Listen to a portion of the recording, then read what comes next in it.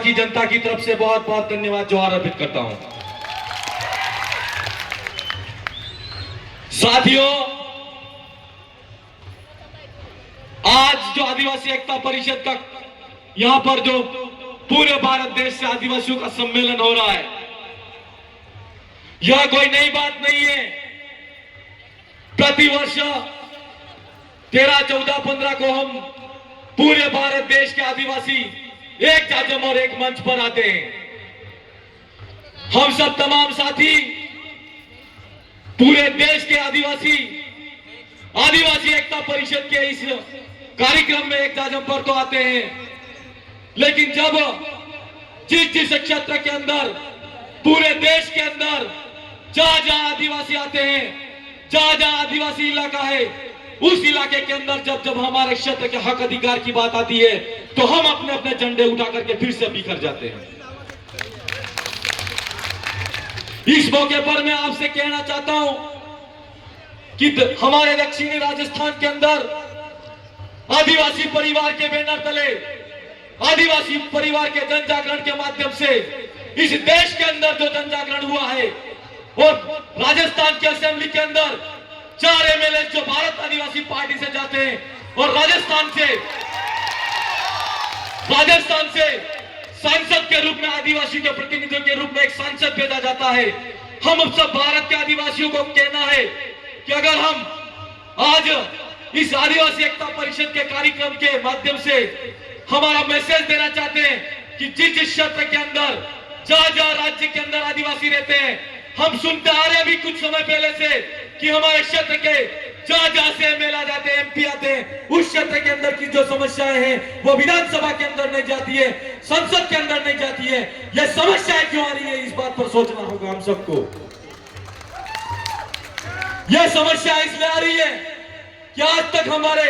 78 साल के इसका भारत देश के अंदर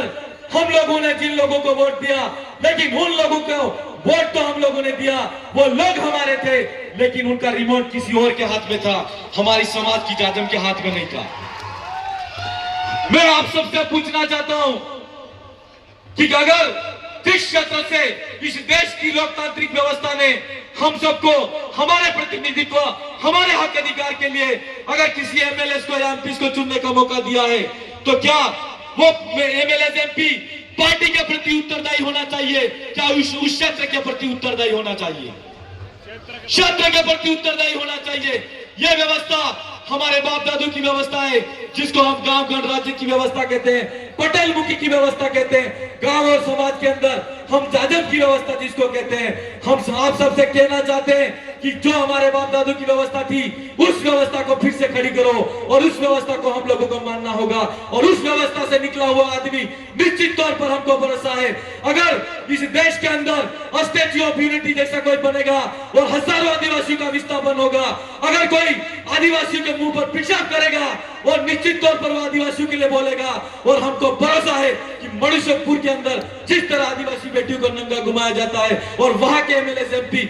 वहां पर अपना मुंह चुप करके बैठे रहते हैं, हम आपसे कहना चाहते हैं कि आज 78 साल हो गए इस देश के अंदर आदिवासियों को हमारा कितने हक अधिकार के लिए उन लोगों ने बोला। आज आदिवासियों को शिक्षा अच्छी नहीं मिल रही है, ये कहा जाता है। हम पूछना चाहते हैं सरकारों से कि आज तक जो शिक्षा आदिवासियों को मिलनी चाहिए थी वो शिक्षा नहीं मिली, चिकित्सा के अंदर जो सुविधाएं मिलनी चाहिए थी वो नहीं मिली। आदिवासियों का जो शेड्यूल डिस्ट्रिक्ट एक्ट है, उस एक्ट के अंदर 1874 का जो हमारा संवैधानिक अधिकार है, जल जंगल जमीन का आदिवासियों का अधिकार होना चाहिए था, वो अधिकार आज तक नहीं मिला। हम सरकार से भी हमको पूछना चाहिए, और हम आपसे कहना चाहते हैं कि आज तक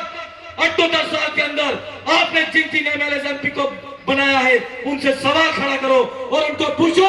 कि विधानसभा के अंदर आप गए तो हमारे लिए क्यों नहीं बोले, एमपी बन के भारत की संसद के अंदर गए तो हमारे लिए क्यों नहीं बोले। पूछना पड़ेगा कि नहीं पूछना पड़ेगा? यह सवाल है हमारा आपसे, और हम आपसे यह भी कहना चाहते हैं कि आज आदिवासियों का अगर सरकार आजादी का अमृत महोत्सव मना रही है और सरकार ये कह रही है कि इस देश के अंदर विकास हो रहा है, हम सरकार से पूछना चाहते हैं, क्या आपने रेलवे बनाई? रेलवे किसकी जमीन पे निकाली? आपने कॉरिडोर निकाले? कॉरिडोर किसकी जमीन पे निकाले? आज हम सरकार से भी कहना है और आप सबको भी सवाल करने का अधिकार और सवाल करना चाहिए कि आदिवासियों का जितना विस्थापन हुआ है इस देश के अंदर और आदिवासियों का जितना विनाश सरकारों ने किया है इतना किसी का नहीं हुआ। इसका मूल कारण यह है कि हमने हमारी जाजम व्यवस्था से हमारे एमएलए एमपी को नहीं चुना, हमने हमारे जाजम व्यवस्था से हमारे नेता को नहीं कभी जाजम पर बिठाया, नहीं तो निश्चित तौर पर हमारे एमएलए होते अगर हमारी जाजम से जाते तो हमारी बात करते। हमारा आपसे कहना है कि आज ये लड़ाई फिर से खड़ी करने की जरूरत है। उन्होंने आदिवासी परिवार के आदिवासी एकता परिषद के तमाम कार्यकर्ताओं से कहना चाहता हूं कि यह 3 दिवसीय कार्यक्रम होता है। इस कार्यक्रम का एक हिस्सा चाहे 3 घंटे का हो, 4 घंटे का हो, पूरे देश के जितने एमएलए एमपी हैं उनका भी एक मीटिंग होना चाहिए। इसलिए होना जरूरी है कि आप सबने अपनी असेंबली में जितने लोग आप पे विश्वास करके विधानसभा के अंदर भेजा, विश्वास करके आपको संसद के अंदर भेजा, आपने क्या क्या उनके लिए किया ये पूछना पड़ेगा। और इसके लिए आदिवासी एकता परिषद के तमाम कार्यकर्ता और टीम को कहना चाहता हूं कि मुझे चिट्ठी आ गई है, लेकिन निश्चित तौर पर मुझे भरोसा है कि आप जिस तरह से दक्षिणी राजस्थान के अंदर एक स्वतंत्र आवाज के रूप में स्वतंत्र रूप से हम लोगों ने हमारे वहां पर कारवा खड़ा किया है, निश्चित तौर पर आगे भरोसा है ये कारवा पूरे देश के अंदर बढ़ेगा। और इस मौके पर एक और बात भी कहना चाहते हैं कि जो दक्षिणी राजस्थान के अंदर हमारे मानगढ़ की पहाड़ी पर सभा के माध्यम से गोविंद गुरु के नेतृत्व में आदिवासियों को मारा गया, वो पूरे उस इलाके की लड़ाई नहीं थी। आज हम जिस बानखेड़ा की धरती महाराष्ट्र से लगा के मध्य प्रदेश, गुजरात और राजस्थान इलाके के अंदर यह पूरे बिल प्रदेश की लड़ाई है। और इस राज्य की लड़ाई के अंदर गोविंद गुरु का सपना था, उस अधूरे सपने को फिर से हमको पूरा करने के लिए एक साथ में एक संगठित होना है और बिल प्रदेश की लड़ाई को बुलंद करना है। यह हमारा आप सबसे कहना है। साथियों, एक बात और कहनी थी कि इस क्षेत्र के अंदर हम जब आ रहे थे सूरत और भरूच के अंदर, मैं मध्य प्रदेश की सरकार से या मध्य प्रदेश की सरकार से भी कहना चाहता हूं और गुजरात की सरकार से भी कहना चाहता हूं कि हमारे वहां पर जितने भी बाइक गाड़ियां लेके आए, महाराष्ट्र सरकार ने वहां के सब लोगों के लिए टोल टैक्स फ्री किया है। जाते वक्त गुजरात की सरकार हो चाहे मध्य प्रदेश की सरकार हो, हमारी जो बाइक गाड़ियां और वहां लेकर आए हैं उनको टैक्स नहीं लगना चाहिए, नहीं तो निश्चित तौर पर आने वाले समय में आपको पता लग जाएगा कि आदिवासियों की एकता क्या है।